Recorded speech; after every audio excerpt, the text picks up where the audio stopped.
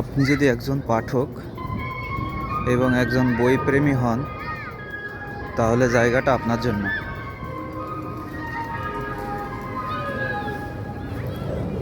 সুন্দর না?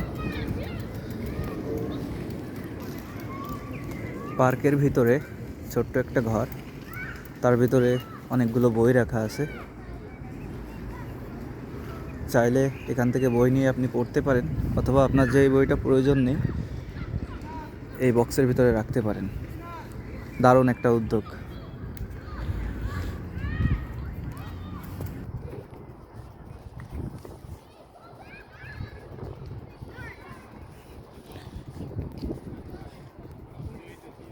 ব্যায়াম করার ভালো একটা জায়গা।